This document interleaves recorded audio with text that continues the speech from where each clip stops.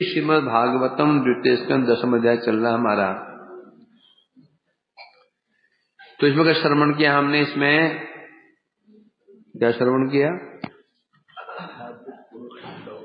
आनंद क्या श्रवण किया कल हमने? इसमें प्रसंग क्या चल रहा है? कि श्रीमद् भागवत के जो 10 लक्षण है, प्रसंग क्या है? आश्रय तत्व के बारे में बताएं। अरे प्रसंग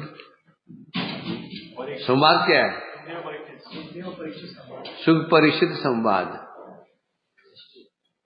क्या संवाद है?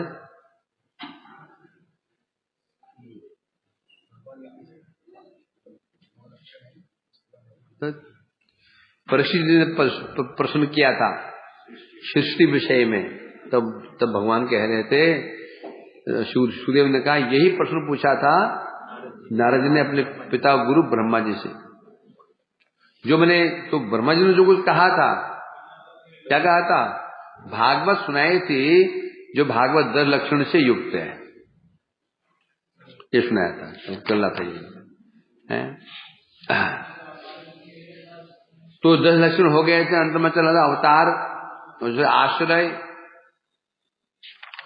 आश्रय तत्व कौन बताया था? कैसे आप कैसे आश्रय हैं? जो अध्यात्मिकोयम पुरुषः सो असो एव आदिदैविकः यतः तत्र उभय विच्छेद पुरुषो ही आदि भौतिक। तो 3 पुरुष बताए गए हैं, आध्यात्मिक पुरुष, आदिदैविक पुरुष और आदि। आध्यात्मिक पुरुष क्या है?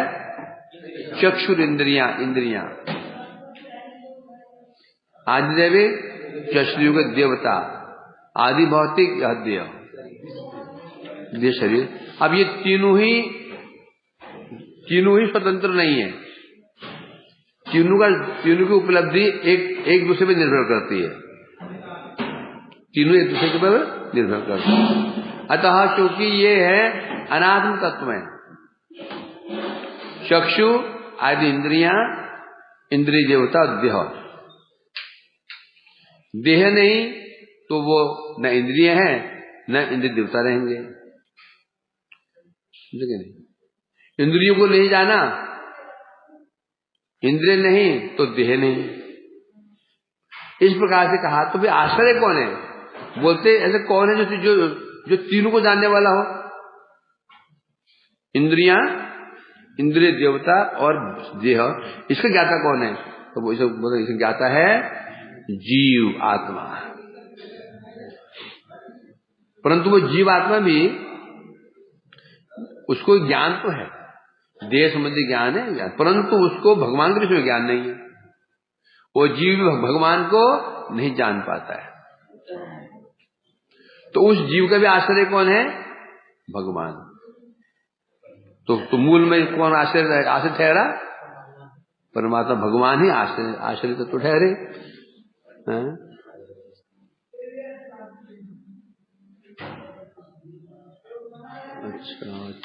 अच्छा।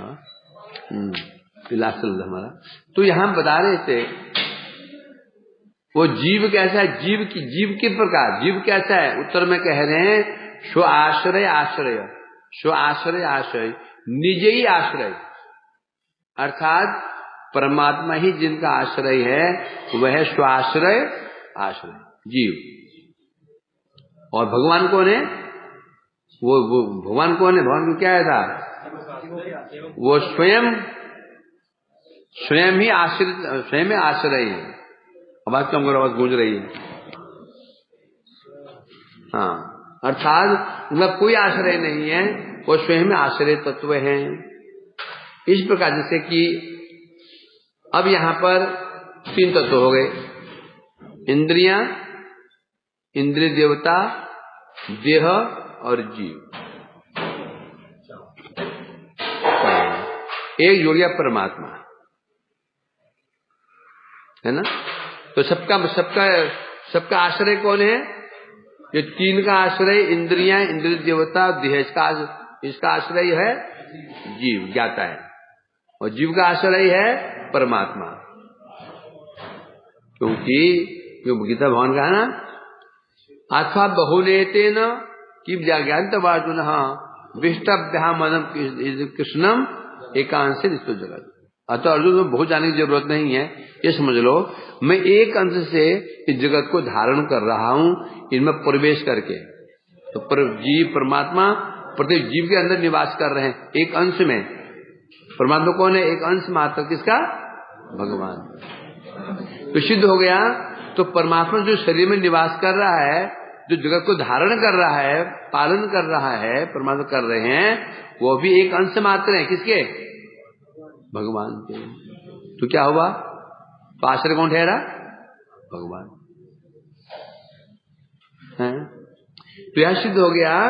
तो कृष्णेरी मुख्य आश्रयत्व, परमात्मा आश्रय जरूर है। परमात्मा आश्रय किसके हैं? किसके? ये जो इंद्रिय देवता, देह और आत्मा, जीव का। परंतु भगवान इनकी तीन को तो है ही है, जो परमात्मा है उसके बाद आश्रय है। तो मूल आश्रय कृष्ण ठहरे। सहार अंशभूत स्वरूपे परमात्मा आश्रयत्व, क्योंकि परमात्मा स्वयं अंश है। अंश होने के कारण वो भी एक आश्रित तत्व हो गए, और कृष्ण का कौन हो गए? आश्रित तत्व हो गए, है ना। अब वही कृष्ण, वही जो आश्रित तत्व जगत में कैसे प्रकाशित होते हैं? निर्विशेष ब्रह्म रूप में और परमात्मा रूप में। अब जगत में दो तो एक तत्व और रहा, एक निर्विशेष ब्रह्म तत्व, एक परमात्मा तत्व। तो परमात्मा तत्व भी, परमात्मा तत्व कहो कि ब्रह्म तत्व कहो, इनके भी आश्रय भगवान है। क्योंकि ये तो कह दिया परमात्मा के लिए आया, क्या आया? एक अंश से निश्चित जगत, मैं एक अंश से जीवों के हृदय में निवास करता हूं। क्या अंश हुआ? तो ठीक हुआ, मतलब क्या हुआ? परमात्मा अंश मात्र हुआ, तो भगवान का आश्रित हो गया। अब ब्रह्म के लिए कहां पाया? ब्रह्मणो ही प्रतिष्ठाहम अमृतस्य अव्यस्य। गीता में ब्रह्म के लिए कह दिया। कौन कह रहा है ये? भगवान कृष्ण स्वयं कह रहे हैं परमात्मा मेरा अंश है। रही ब्रह्म की बात, तो मैं उसका भी आश्रय मैं हूं। मेरा आश्रित एक तत्व मात्र है। तो कुल मिला के सिद्धांत जितने जगत में वस्तु में कितनी वस्तु उपलब्ध हो रही है? इंद्रियां, इंद्रियों के देवता, ये शरीर, फिर जीव, परमात्मा, ब्रह्म, सबके मूल कौन ठहरे? भगवान। इसलिए आश्रय तत्व कृष्ण, दशम तत्व जो कृष्ण है वही है आश्रय तत्व। तो कृष्ण ही आश्रय तत्व है, मूल आश्रय तत्व है। यहां से सिद्ध हुआ। परंतु उपासक भेद से भगवान एक ही है। उपासक भेद से कैसे? कोई ब्रह्म रूप में स्वीकार करता है, तो कोई परमात्मा रूप में। तो आज हुई आश्रय तत्व है। अब आगे बढ़ते हैं। पुरुषो अंडम विनिर्भिद्य यदासो विनिर्गता आत्मनो अयन अन्विच्छन् अपोसराक्षिर शुचि शुचि। पुरुषो अंडम विनिर्भिद्य यदासो न विनिर्गता आत्मनो अयनम अन्विच्छन् अपोक्षराक्षित शुचि शुचि। ये श्लोक है, इसमें हम कह रहे हैं पुरुषो अंडम निर्विद्य। पुरुष कहने से यहां पर प्रथम पुरुष, जब पुरुष से अंड बाहर निकला, अंडम निर्विद्य, जब उस पुरुष से अंड निकला, क्या निकला? ब्रह्मांड। ब्रह्मांड सृष्टि कहां से हुई है? कारण विष्णु से असंख्य ब्रह्मांड बाहर निकलते हैं, रोमकूप से। तो पुरुष को कहने से प्रथम पुरुष कौन थे? विष्णु। उनसे जब अंड निकले, ब्रह्मांड निकले हैं, अतः विद मतलब उनसे भेद हो गए।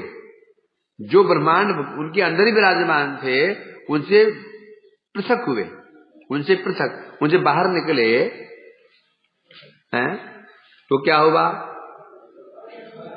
तब उसके पश्चात जब ब्रह्मांड निकले तो उसमें भगवान स्वयं ही किस रूप विराजमान हुए? गर्भोदशाई के रूप में वे प्रकाशित हुए। पहले ब्रह्मांड निकले शरीर से, किनके शरीर से? जब बहुत ब्रह्मांड निकल गए उनका पालन करने के लिए फिर एक स्वरूप प्रकाशित हुआ कारण विष्णु से, उसे हम कहते हैं गर्भोदशाई विष्णु। फिर आत्मनो अयनम, जब ब्रह्मांड में प्रवेश हुए, अयनम, अब रहे कहां पर? अयनम, अनविच्छन। अब जगह खोज रहे हैं, कहां रहूं कहां रहूं कहां रहूं, है? तब उन्होंने क्या किया? वो पुरुष कैसे हैं? अक्षराक्षित शुचि, वो पुरुष कैसे हैं बता रहे हैं। तब उन्होंने रहने के लिए वो शुचि पुरुष, जो परम पवित्र पुरुष थे, उन्होंने आवास स्थान के रूप में इच्छा करके क्या किया? विशुद्ध जल की सृष्टि की। अक्षराक्षित शुचि पवित्र जल की उन्होंने सृष्टि की इस जगत ब्रह्मांड में प्रवेश करके रहने के लिए। और टीका इसकी लंबी चौड़ी है, क्या समझे? तुम जानते तो हो ही। पहले पहले असंख्य ब्रह्मांड निकले, ब्रह्मांड का पालन करने के लिए फिर जितने ब्रह्मांड निकले उतने ही कारण विष्णु से उतने स्वरूप प्रकाशित हुए, जो ब्रह्मांडों में प्रवेश कर गए। अब रहेंगे कहां पर? तो उन्होंने अपने शरीर से जल की सृष्टि की, पवित्र जल की सृष्टि की, उस जल में निवास करने लगे। नाम बन गया नारायण। ये चल रहा है मन। अब टीका में कह रहे हैं, इस प्रकार सर्ग आदि 10 महापुराण लक्षणों द्वारा क्या दिखाया गया? महापुराण के लक्षण दिखाए गए। महापुराण में से भागवत महापुराण है, अन्य पुराण है, भागवत महापुराण है। तो महापुराण भागवत के जो 10 लक्षण के द्वारा क्या सिद्ध हुआ? जो 10 लक्षण क्या सिद्ध हुआ? ये सिद्ध हुआ जीव ईश्वरेर भेद। जो 10 लक्षण है ना, इनसे क्या सिद्ध हुआ? जीव ईश्वर में भेद है। दोनों ईश्वर, जीव ईश्वर नहीं है, न ईश्वर जीव है। जो कहते हैं ना मायावादी लोग, भागवत पाठ करेंगे और अंदर क्या निष्कर्ष निकालते हैं, जीव भगवान से मिलकर के एक हो जाता है। आत्मा का परमात्मा से मिलन ही रास है। रास क्या है? आत्मा का परमात्मा में मिलन ही रास है, अर्थात यही है क्या? मोक्ष। उनका ये कहना है। परंतु यह स्पष्ट कह रहे हैं यहाँ पर, जो ये 10 तत्व दिखाए गए हैं, क्योंकि 9 तत्व तो आश्रित है, 10वां आश्रय है, ये भेद हो गया। आश्रय और आश्रित कभी एक नहीं होता। हम घर में रह रहे हैं, घर आश्रय है, हम आश्रित हैं, तो कभी हम घर नहीं है, ना घर हम हैं, ना हम घर हैं। खेम सिंह कहाँ हो? खेम शंकर, और धुंधुकारी कहां चला गया? गोविंदा, ओ गोविंद, यहाँ ये सुझा पास में कुछ संस्कार तो बनेगा, बैठा रह करके आवाज तो हो जाएगी। बोला यही बैठे सुझा, सिर झुका करके संस्कार बन जाते हैं। बैठने संस्कार बन जाएगा, बैठा रह करके। तो इसलिए अब यहाँ कहा जा रहा है, क्या कहा जा रहा है? क्या कहा जा रहा है? आश्रय और आश्रित कभी एक नहीं होते हैं। आश्रय होता है, आश्रित होता है, तो भेद होता है इसमें। तो ये जो भागवत में 2 लक्षण दिखाए गए हैं, ये लक्षण ने स्पष्ट कर दिया है, कभी भी जीव ब्रह्म नहीं हो सकता, न ब्रह्म जीव बना हुआ है, न जीव ब्रह्म बन सकता है। जीव जीव है, ब्रह्म ब्रह्म है। है। हाँ, और फिर क्या देखा यहां पर? तो यहां सिद्ध हो गया, जब जीव एक आश्रय तत्व है, आश्रित तत्व है, भगवान आश्रित तत्व है, तो क्या कर्तव्य हुआ? ईश्वर की भक्ति ही जीव का एकमात्र कर्तव्य है। अर्थात ईश्वर का आश्रय ग्रहण करके ही जीव का उद्धार हो सकता है। अर्थात ईश्वर की भक्ति के द्वारा ही जीव का उद्धार होगा। तो यहां भक्ति ही साधन सिद्ध हुई, है ना। जैसा कि यहां के इसलिए कह रहे हैं, यदुताहम त्वया पृष्टो, हे राजन, सूर्यदेव जी कह रहे, क्या कर रहे? उठा नहीं उठा? ये बैठ इधर, यहां पर ऊपर आ, यहाँ बैठ। क्या करें इसको पता नहीं।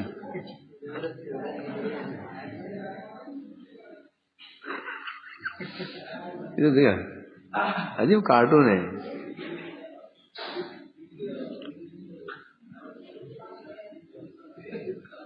देख दे, है चोर चोर, इसे चोर दृष्टि, इसकी चोर दृष्टि। तो अब यहां कहा जा रहा है, सुखदेव जी कह रहे हैं, राजन, तुमने मुझे जो पूछा कि वैराग पुरुष से विश्व की उत्पत्ति कैसे हुई, जो भगवान थे कारण विष्णु से विश्व की उत्पत्ति कैसे हुई, जो तुमने मुझे प्रश्न पूछा, मैं उसका मैं उसका उत्तर दे रहा हूं। इसलिए पहले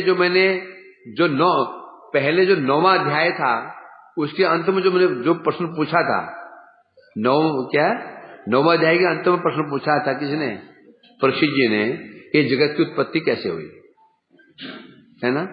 उसका उत्तर देते हुए आरंभ कर रहे हैं पुरुषम अंडम, अर्थात से विराट पुरुष है। विराट पुरुष कहते हैं कौन? कारण विष्णु। उन्होंने अपने से ब्रह्मांड को अलग कर दिया। जो ब्रह्मांड उनके अंदर ही विराजमान थे, उन ब्रह्मांडों को अपने से अलग कर दिया है। अलग करके स्वयं भी एक स्वरूप में बाहर निकल गए। ब्रह्मांड बाहर निकले, स्वयं भी एक रूप बाहर निकले, और बाहर निकल करके जो ब्रह्मांड बाहर निकले थे, उसमें अपने रहने के लिए स्थान बनाने के लिए उन्होंने अपने शरीर से शुद्ध जल की सृष्टि की। उस जल में शयन करने लगे, नाम पड़ गया नारायण। नारायण क्यों पड़ा? जल का नाम क्या है? नार। क्यों? नर से उत्पत्ति हुई है, नार। भगवान कौन है? नर से उत्पत्ति हुई है उनके, इस नाम पड़ गया नार। जल का नाम क्या है? नार। उसमें जो निवास करते हैं नारायण। अब यहां कह रहे हैं, देखिए कि जन्य आप मन प्रसिद्धि कह रहे हैं, सुखदेव जी बार बार आप इस वैराज पुरुष की बातें क्यों कर रहे हैं? क्यों ये अध्यात्म आदि की बात कर रहे हैं? क्या जरूरत है? आप सीधे सीधे भगवान की मधुर लीला अवतारों की बात कीजिए, उनके रूप गुण आदि की आलोचना चर्चा कीजिए। क्यों ये बार बार ये सर्ग क्यों कर रहे हैं? इंद्रियां, इंद्र देवता, शरीर की सृष्टि, विसर्ग, इसकी जरूरत क्या है? इसको जानने से हुआ क्या? सीधा सीधा आप कहां पहुंच जाइए? भगवान के अवतारों की बात कीजिए, अवतार की लीलाओं की बात कीजिए, कृष्ण जो माधुर्य इत्यादि लीलाएं उनका वर्णन कीजिए। ये क्यों पड़े हुए ये अध्यात्म, आदि भौतिक, आदि दैविक क्यों पड़े हैं? क्या ऐसे? इंद्रियां हैं वो भी नाशवान है, इंद्र देवता है वो भी नाशवान है, देह तो नाशवान है। तो इनकी चर्चा क्यों कर रहे हैं? इनकी चर्चा क्यों टाइम वेस्ट कर रहे हैं? सीधे से क्या कीजिए? लीलाएं वर्णन कीजिए, सीधा टाइम बच जाएगा हमारा। उत्तर दे रहे हैं, सत्य तुम ठीक कह रहे हो,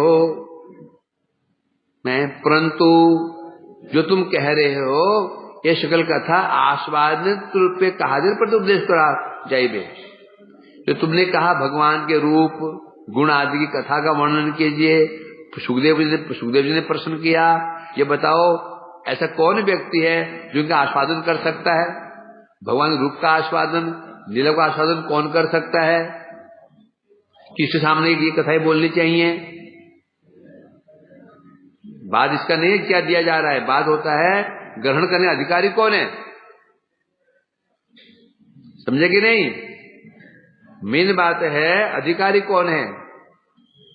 तुमने घर में वैष्णव को बुलाया और 56 भोग बना दिए, बढ़िया बढ़िया हलवा पूड़ी बना दिया, क्या क्या बना दिया, उसको डायबिटीज है, ना खीर खा सकता है, ना वो सेवई खा सकता है, ना मलाई चाप खा सकता है, तो तुम्हारे बनाने क्या होगा? केशव गुरु, ओ केशव जी मलाई चाप, अभी अभी अभी अभी नींद नहीं आनी चाहिए, अब तो खाने में चल रही, खाने के बाद चल रही है।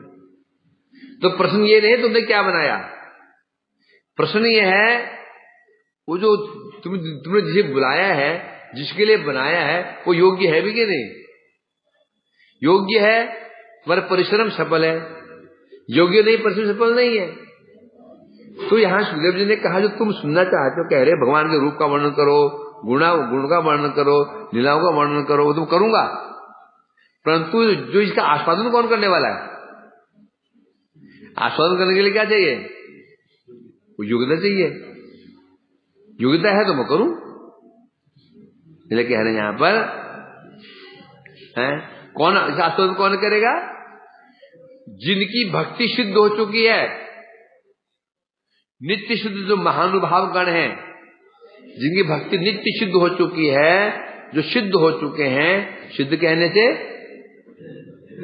प्रेम प्राप्त कर चुके हैं, संबंध ज्ञान हो चुका है, संबंध ज्ञान से भी ऊपर प्रेम हो चुका है, वही व्यक्ति आस्वादन कर सकता है। क्योंकि आस्वादन करने के लिए पहले संबंध ज्ञान चाहिए, है कि नहीं? तुम्हारे सामने किसी व्यक्ति की को महिमा गुणगान करूं तो तुम्हें क्या फर्क पड़ेगा? बोलते चले जाओ, वो इतना सुंदर था, इतना सुंदर है, इतना गुणवान है, इतना बलवान है, उसकी महिमा गान की जा रही है, तुमको प्रभाव पड़ेगा? नहीं पड़ेगा। परंतु यदि आपके भाई के विषय में बोला जाए, तुम्हारा भाई बड़ा ही गुणवान है, बड़ा ही इंटेलिजेंट है, धमकाना है, तो तुम अब क्या होगा? अब क्या लगेगा? आनंद आएगा। क्यों आएगा? या तो संबंध है, संबंध भी, और वो भाई भी ऐसा होना चाहिए तुम्हारा उससे प्रेम हो, भाई होने से काम नहीं होगा, भाई से प्रेम भी होना चाहिए।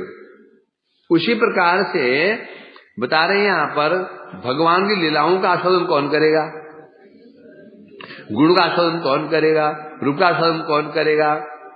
जिसकी भक्ति सिद्ध हो गई, भक्ति सिद्ध मतलब प्रेम प्राप्त कर चुका है, संबंध ज्ञान हो चुका है, संबंध ज्ञान से ऊपर प्रेम सिद्ध हो चुका है, तो वो आस्वादन कर सकता है। यदि प्रेम सिद्ध नहीं हुआ, संबंध नहीं हुआ, तो गुण, अभी हम तो सुनते हैं ना गुण का वर्णन, तो हम आस्वादन क्यों नहीं करते हैं? अभी भगवान हमारे लिए पराये हैं। क्या है? पराये। पराये व्यक्ति की लाग महिमा सुनो, लाग महिमा सुनो, हाँ ये ठीक है, हाँ शिवाजी बड़े वीर बहादुर थे, अच्छा लगेगा, बहुत अच्छे थे, चंद्रशेखर आजाद जी बहुत अच्छे थे, देशभक्त थे, ठीक है सुन लिया, परंतु आस्वादन होगा? संभव है? नहीं है। क्यों? संबंध तो है ही नहीं है। उसी प्रकार से अभी हम भगवान से संबंध नहीं है, इसलिए अभी भगवान की लीला हमारे लिए क्या, जो हम लीला सुनते हैं आस्वादन क्यों नहीं होता? भगवान हमारे लिए क्या है? पराये है। क्या है? पराये हैं, अपने है नहीं, अभी संबंध ज्ञानी नहीं है, इसलिए आस्वादन नहीं होता। इतना सुनने के पश्चात भी शरीर में ना रोमांच हो रहा है, ना पुलक हो रहा है, ना अश्रु हो रहे हैं, हो रहा कुछ है? अभी तुम्हारी माता जी की बात सुना दी जाए, पिताजी की बात सुना दी जाए तो चेहरा खिल जाएगा, है? तो भाई की बात सुना दी जाए चले उल्लास चेहरे के ऊपर। नींद नहीं आएगी, नींद आएगी क्या? नींद आएगी? अभी नींद आ जाती है, कुछ भी आ रही है, कहां पहुंच गया? नींद आती है, खड़े हो जो चहलकदमी कर लो, बैठे बैठे क्यों रहते हो? या घूम के फिर बैठ जाएगा, तो लाभ बैठ के सुनने का लाभ तुम्हें तो है। क्या बोल रहा था मैं? इसलिए कह रहे हैं यहां पर, जिसकी भक्ति सिद्ध अथवा सिद्ध नित्य सिद्ध महानुभाव, भगवान से संबंध हो चुका है, भगवान से आदान प्रदान हो रहा है, आदान प्रदान हो रहा है, सगले सेवा कर रहे हैं, वो वही व्यक्ति भगवान के सौंदर्यमृत लीलामृत का आस्वादन करेगा। भगवान के सौंदर्य कैसा है? सौंदर्य अमृत लीलामृत समुद्र में वो क्रीड़ा करेगा। भगवान के लीलामृत और सौंदर्य अमृत जो सागर है उसमें क्रीड़ा करेगा। सौंदर्य कैसे भगवान का? सागर के समान। उनका सौंदर्य कैसा है? सागर के समान। बोले सागर के समान, उनके सौंदर्य की तुलना सागर से क्यों की? क्योंकि सागर में जल अगाध होता है। तो बोले प्रभु भगवान का सौंदर्य भी अगाध है क्या? है ना। क्यों? नव नवायमान। कैसा है? नव नवायमान। उनका रूप कैसा है? नव नव नव क्षण क्षण में उनका रूप, उनका सौंदर्य बढ़ता ही चला जाता है ना। इसलिए कहा कोई ठहा नहीं पा सकता है। भगवान कितने सुंदर हैं तो इसका कोई ठहा नहीं पा पाया। तो उनका जो सौंदर्य अमृत है, जो लीला इत्यादि हैं, उनमें क्रीड़ा कौन करेगा? कौन आस्वादन करेगा? जो कौन करेगा? जो सिद्ध हो चुका है, जो प्रेम प्राप्त कर चुका है, प्रभु का साक्षात कर चुका है। साक्षात नहीं, प्रेम मने साक्षात तो भाव में हो जाता है। भाव भक्ति में भी आस्वादन नहीं होगा, भाव भक्ति में भी पूरा आस्वादन नहीं हो पाएगा। प्रेम भक्ति में साक्षात होगा। इसलिए कह रहे हैं यहां पर, अतः आर जो व्यक्ति विषयानंद शैया में सो रहे हैं, जो विषय आनंद रूपी शैया में आराम से सो रहे हैं, नींद में सो रहे हैं, जो विषय आनंद है ना, खाने का आनंद, सोने का आनंद, घूमने का आनंद, सुनने का आनंद, जो 5 विषय जगत में है, जड़ीय रूप, पानी बोतल बैठा ना, घूट पीले पानी का, सुन रहे? जड़ीय रूप, जड़ीय गंध, जड़ीय शब्द, जड़ीय स्पर्श, जड़ीय सुगंध, ये 5 जो आनंद हैं, ये आनंद की शैया पर आराम तकिया लेकर के तो सो रहे हैं। और जो कर्म फल दुखे तरंगे, और इस संसार में अपने कर्म के फलानुसार दुख की तरंगों में, दुख की तरंगों में जो क्या हो रहा है? डूब रहा है, उठ रहा है, डूब रहा है, उठ रहा है, और मूर्छित पड़ा हुआ है। कभी मूर्छित हो जाता है, कभी एक कष्ट गया, दूसरा कष्ट आ गया, वो कष्ट गया, कष्टों में तैर रहा है कि नहीं? हम ही तो हैं, कष्ट पे कष्ट, कष्ट पे कष्ट, कष्ट पे कष्ट। एक कष्ट गया, सामने अन्य के सामने खड़ा हुआ है, सामने आ जाता है मुंह फाड़ करके। तो ऐसे जो जगत में जो व्यक्ति विषय आनंद रूपी शैया में घोर निद्रा में सो रहे हैं, अथवा संसार में जो कर्म फल के जो पूर्वजन्म जो कर्म किए थे, पाप पुण्य कर्म किए थे, उन कर्मों के अनुसार संसार में जो दुख तरंग में डूब रहे हैं, उठ रहे हैं, क्या तारा से वे उस स्थान से उठने में असमर्थ हैं, मूर्छित है ना। अभी हम जीवित, अभी हम होश में नहीं है हम लोग, अभी हम लोग क्या हैं? मूर्छित हैं। अब बोले मूर्छित कहां? चल फिर तो रहे हैं। जैसे शराबी शराब ज्यादा पी लेता है, रोड में चलता, मूर्छित है वो। शराब पी करके रोड में जब चलता है, होश में नहीं है वो। होश में है क्या वो? बस मूर्छित है वो। क्यों मूर्छित है? उसे अपना ज्ञान ही नहीं है मैं कौन हूं, पता ही नहीं मैं कौन हूं करके मूर्छित। अब ये मूर्छित हैं, किसे मूर्छित हैं?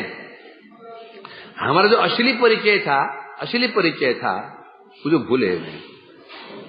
अभी हम क्या कर रहे हैं, जो नकली परिचय है इसमें हम डूबे हुए हैं, आराम सो रहे हैं, विषय आनंद में सो रहे हैं।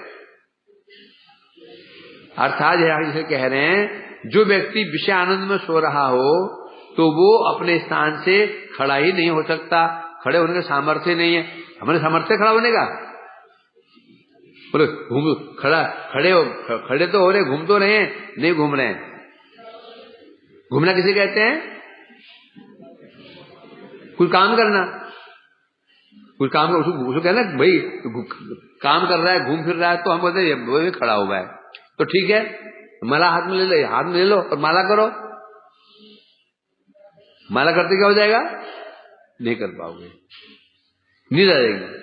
कथा सुनने बैठोगे, कथा नहीं सुन पाओगे, यहां मन नहीं लगे। इसे कहते हैं सोना।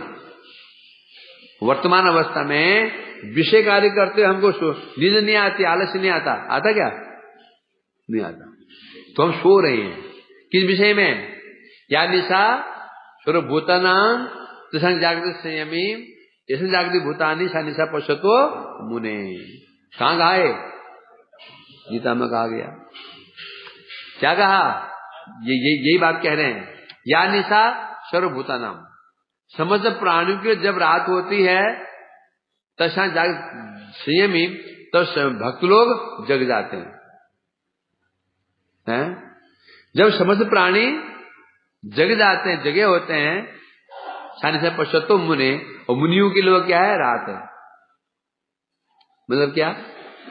विषय कार्य करने में, विषय कार्य करते समय जगत के लोग जगे रहते हैं। इस विषय में साधु संत सोते रहते हैं। और जागतिक कार्यों में और परमार्थिक कार्यों में भक्त जगत के लोग सोए रहते हैं और भक्त लोग जगे रहते हैं। ये कह रहे हैं, जो जागतिक जितना विषय आनंद है, इस विषय जो विषय आनंद व्यक्ति इसमें डूबा हुआ है, मानो वो सो रहा है और मूर्छित भी पड़ा हुआ है। सामर्थ्य नहीं है कि वो उस बिस्तर से खड़ा हो जाए। सामर्थ्य है क्या? इतना बड़ा शरीर है इसका। जब नींद आती है, छोटी जो पलक है ना, पलक उठा दिखा दे। 100 किलो वजन तो उठा सकता है, 100 किलो वजन आराम उठा सकता है। जब नींद आती है ना, नाम करते समय, ये छोटी सी पलक कि इसका क्या वेट होगा? 1 ग्राम भी नहीं होगा, 1 ग्राम भी नहीं होगा। क्या है इसका वेट है कुछ? इसको उठा के दिखा दो, उठा सकते हो? अर्थात परमार्थिक कार्यों में, भक्ति संबंधी कार्यों में अभी हम पूर्ण रूप से क्या है? सो रहे हैं, मूर्छित। सोने से भी नीचे मूर्छित पड़े हैं। तो इसलिए कह रहे हैं यहां पर कि तो अब ऐसा जो व्यक्ति सो रहा हो, विषय आनंद में सो रहा हो, अब ऐसे व्यक्ति को भगवान का उपदेश कैसे किया जा सकता है? जो सो रहा हो, बोलो भैया रसगुल्ले खा लो, ये व्यक्ति सो रहा है, तो मैं खड़ा, रसगुल्ला खा ले, खाए रसगुल्ला। वो पहले क्या करना पड़ेगा? धक्के मार के पानी डाल के सिर के ऊपर उसके जगाओ उसको, तो खाएगा ना वो तो सो रहा है। हम बोले रसगुल्ला खा लो।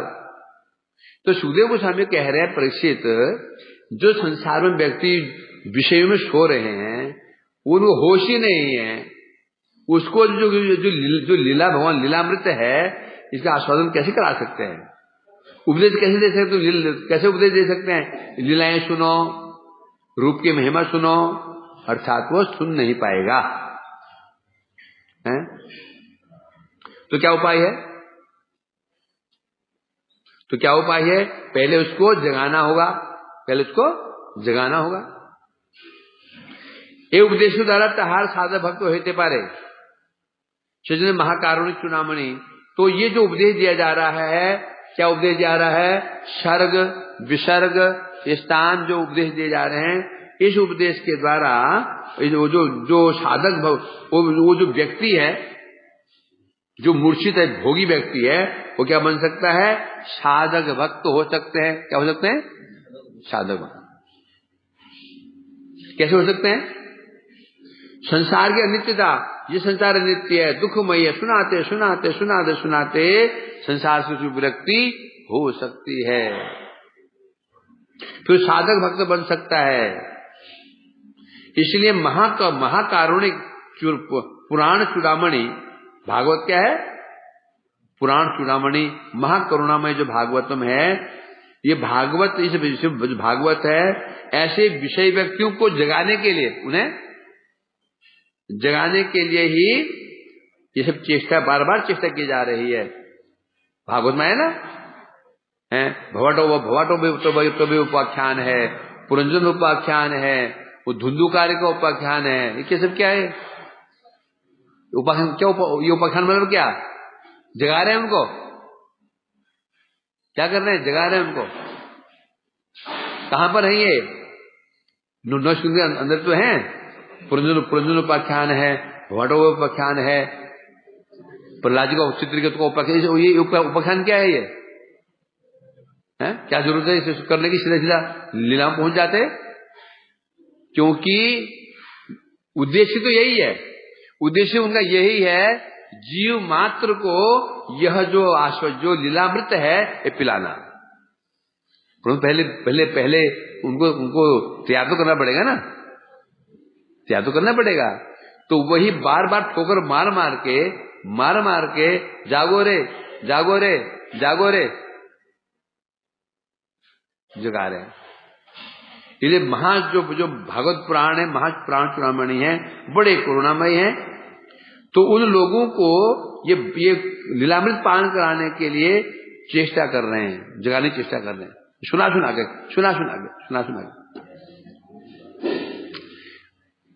दृष्टांत दे रहे हैं। जैसे इस जगत में हम देखते हैं, वहनी द्वारा तप्त अंग वहनी द्वारा उपशम प्राप्त हो।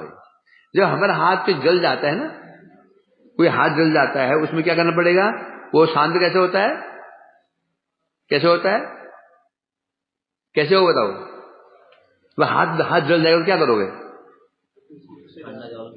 नहीं, जैसे तुम पानी में हाथ डालोगे छाला पड़ जाएगा।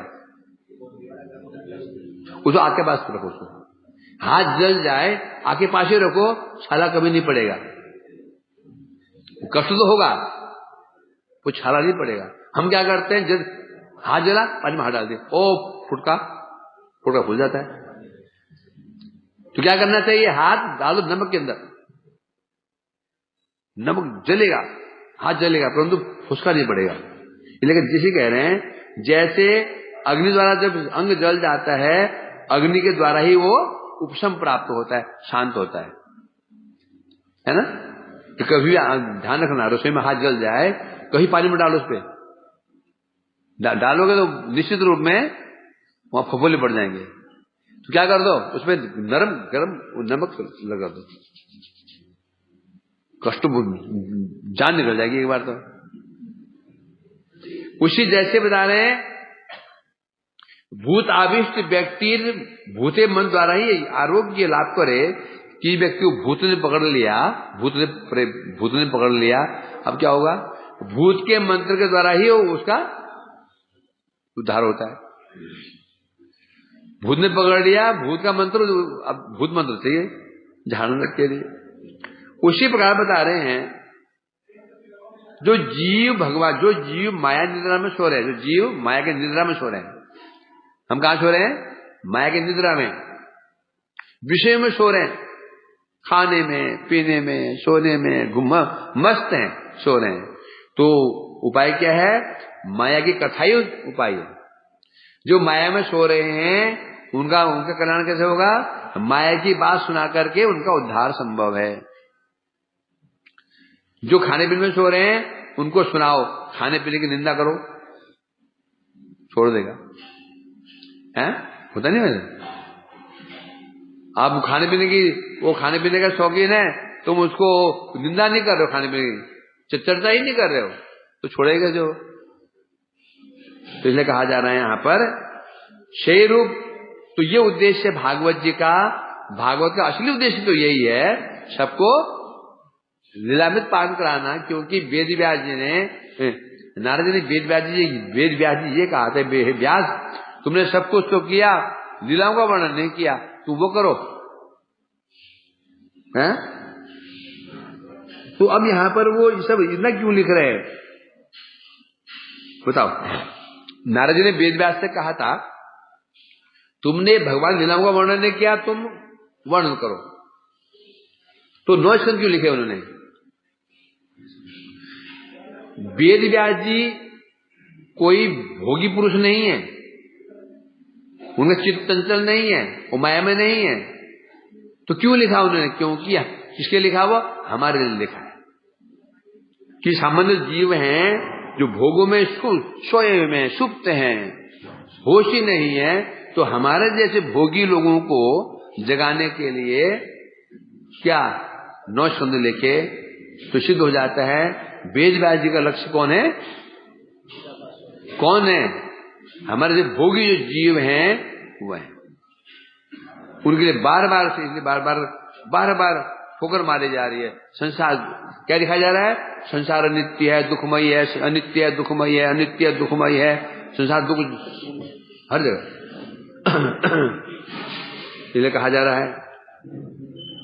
जैसे कि द्वितीय स्कंद में सप्तम अध्याय में जहां ब्रह्मा और नारद संवाद चल रहा था, द्वितीय स्कंद में जो हमारा हो चुका है, तुम याद तो हो गई ना?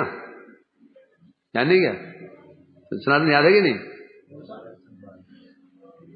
द्वितीय स्कंद 7वां अध्याय में जो समाचार ब्रह्म नारद समाचार चला था, याद तो होगा? हाँ, चला था, होगा। उसमें कहा था मायाम वर्णयतो अमुष्य है, अर्थात हे नारद, यदियो श्री हरि लीला मायाश्रया, यदि भगवान की लीलाएं कैसी हैं? मायाश्रया। प्रभु भगवान लीला कैसे करते हैं? अपनी माया के द्वारा ही करते हैं। किंतु जो व्यक्ति ईश्वरीय माया वर्णन करें ताहते से व्यक्ति अनुमोदन अथवा श्रद्धा पूर्वक है, जो व्यक्ति भगवान की माया का भी वर्णन करता है और वर्णन करते हुए उसका अनुमोदन भी करता है, अथवा श्रद्धा पूर्वक उन कथाओं को सुनता है। माया किसकी है? भगवान की है। तो उसके विषय में क्यों नहीं सुनेंगे? माया भगवान की है ना, तो उसी में क्यों नहीं सुनेंगे? भगवान की माया है, उस विषय में कोई श्रवण भी करता है, सदा पर श्रवण करता है, तो क्या होता है? तो वो माया मुग्ध नहीं होता है कि नहीं? यही पता ही नहीं माया है क्या। भजन करने जा रहे हो, नामापराध पता है नहीं, शिव अपराध पता नहीं, धामा अपराध पता नहीं, गुरु अपराध पता नहीं, तो क्या भजन खा करोगे? गुरु सेवा करने के लिए जा रहे हैं, गुरु अपराध पता नहीं। वैष्णव अपराध का वैष्णव सेवा करने के लिए जा रहे हैं, वैष्णव अपराध पता नहीं। धाम निवास करने जा रहे हैं, धाम अपराध पता नहीं। कहां पहुंचे कुछ बिहारी?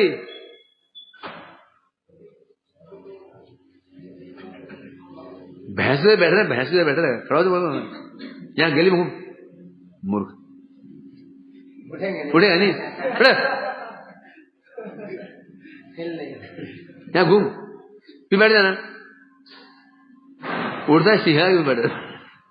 तुझे आ रही? हाँ, बैठना नहीं, घूमता रहे।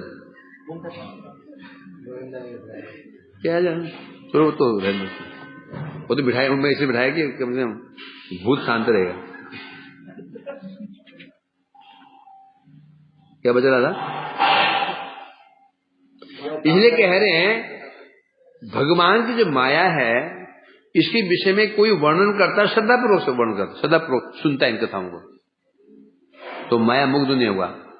क्यों नहीं होगा? लॉजिक क्या है? लॉजिक सीधी सी बात है ना?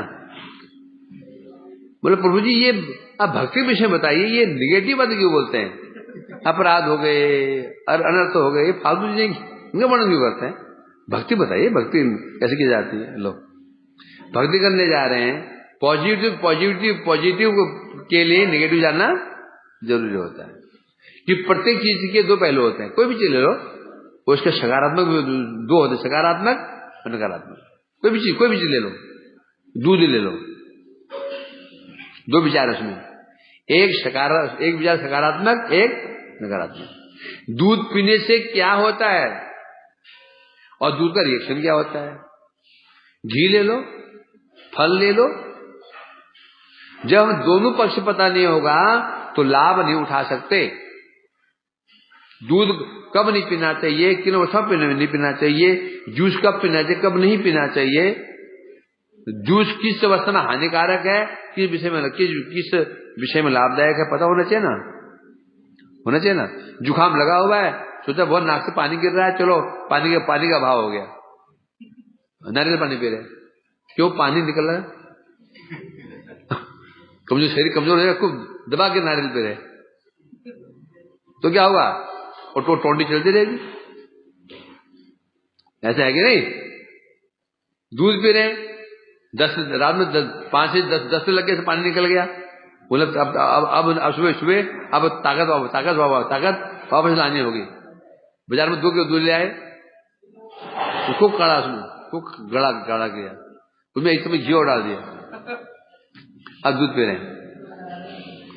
उसी प्रकार से हर विषय में ऐसा ही है, तो माया से पार होने के लिए क्या जानना पड़ेगा? माया है क्या? पता ही नहीं माया है क्या। जो स्वरूप ब्रह्म है ना, 4 स्वरूप ब्रह्म, स्वस्वरूप, परस्वरूप, साधन स्वरूप, चौथा क्या है? माया स्वरूप। पता ही नहीं हमको माया है क्या। माया है क्या हमें ये पता नहीं है। देखो माया कहां पर है, किस वजह से माया हमारे सामने आ रही है, पता ही नहीं चल रहा है। पड़े माया में ही है, कर माइक कार्य रहे, पता ही नहीं हम माइक कार्य कर रहे हैं। बड़ी समस्या। भागवत ही पढ़ रहे हैं, पता नहीं भागवत माया भी है नहीं, पता ही नहीं। भागवत सिर्फ माया के अवस्था में है, पता ही नहीं उनको। भागवत पढ़ रहे हैं तो हम भागवत पढ़ते भी हम माया का ही अध्ययन कर रहे हैं। क्या भागवत अध्ययन करते हुए भी हमसे माया का अध्ययन हो रहा है, पता ही नहीं। वो क्या सोच रहा है? भागवत चिन्मय है, भगवत स्वरूप है, नहीं है। वो तो ठीक है, किसी के लिए क्या है? दूध पौष्टिक जरूर है, किसी के लिए जहर भी है। वो भागवत किसी के लिए अमृत भी है, तो किसी के लिए क्या है? जहर भी। पता ही नहीं मैं क्या। भागवत पाठ कर रहे हैं, उद्देश्य क्या है? घर में शांति हो जाए, घर में अशांति हो रही है, साधु बताया घर पाठ करा दिया, घर में अशांति हो रही है, धन की बरकत नहीं होती, पैसा बचता नहीं है, घर में झगड़े हो रहे हैं, भागवत करा दी। ये क्या है? माया। ये जो कथा सुन रहे हैं, ये कथा भागवत कथा नहीं है। कथा क्या होगी? ये माया का अनुशीलन हो रहा है। समझेंगे नहीं? अब कौन समझेगा इसको? अपनी ओर से सोच हम भक्ति कर रहे हैं। उसी प्रकार से जानना होगा, है ना। अपराध क्या है जान जाएंगे तो ही बचोगे ना, अनर्थ क्या है जानो तो बचोगे।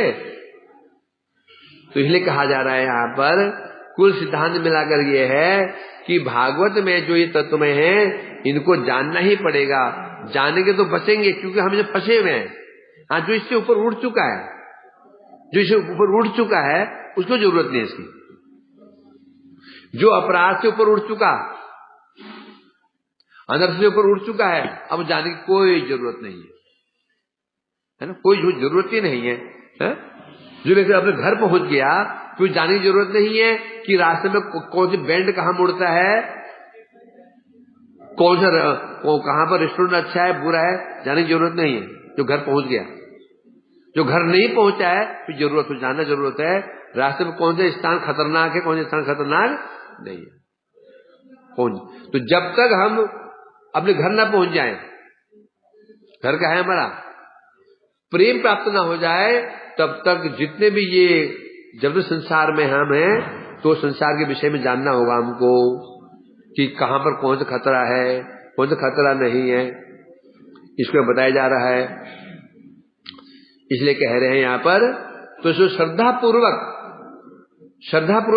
भगवान की लीलाओं को तो सुनता ही सुनता है, और जो माया कहने से ये माया है, शारीरिक विषय की इनको भी श्रद्धा से सुनता है और माया से पार हो जाता है। परंतु कुछ लोग ऐसे होते हैं, नहीं, अध्ययन क्या करना चाहिए, 10वां स्कंद पढ़ना चाहिए, सुनना चाहिए, ये 9 स्कंद नहीं सुनने चाहिए, ये तो किनके लिए है, ये तो वैदिक भक्तों वालों के लिए है, जो रसिक भक्त है उनके लिए 10वां स्कंद है। जो ऐसा बोलते हैं ना, जैसे बोलते हैं, यदि वास्तव में रसिक है, यदि संसार से ऊपर उठ चुके हैं तो फिर सब ठीक ही है। फिर यदि संसार में पड़ा हुआ है, भोगों में फंसा हुआ है, और ये न तो सुनना नहीं चाहता, भाई होता ना, क्यों नहीं सुनना चाहता है? अभी एक व्यक्ति है कर्मी, उसका उद्देश्य है स्वर्ग इत्यादि। अब भागवत में उसको निंदा कर रखी है। कर्मी कौन है? पशु के समान है। अब कैसा लगेगा उसको? ज्ञानी व्यक्ति मोक्ष चाहता है, इसको भागवत में मोक्ष की निंदा की गई है, तो अच्छा लगेगा भी हो, तो फिर क्यों पड़ेगा वो? हमारी समस्या बढ़ गया है। हमारी समस्या क्या है? जो चीज हमें प्रिय हो उसी निंदा हम सुन नहीं सकते हैं। एक शराबी है, वो कोई शराब की निंदा नहीं सुन सकता क्या? नहीं। एक अपराध हम जो हमसे कई लोग जो वैष्णव अपराध करते हैं, वो अपराध की बात सुन नहीं पाएंगे, उनको ऐसा लगेगा ये क्या फालतू बात है, ये तुम करते हैं हमें क्या नहीं बात है, तुम नहीं बात बोलो। तो इसलिए ये श्लोक बड़ा महत्वपूर्ण, बड़ा अच्छा लगा श्लोक में। ये जो श्लोक है ना, बड़ा महत्वपूर्ण श्लोक। इसकी व्याख्या श्लोक तो सामान्य है, जो टीका कर रखी है, बड़ी अद्भुत टीका है। इसलिए हमको इसको ध्यान सुनना पड़ेगा, सुन करके पालन करने की चेष्टा भी करनी पड़ेगी। बैठ जाए कोई, अब हो गया।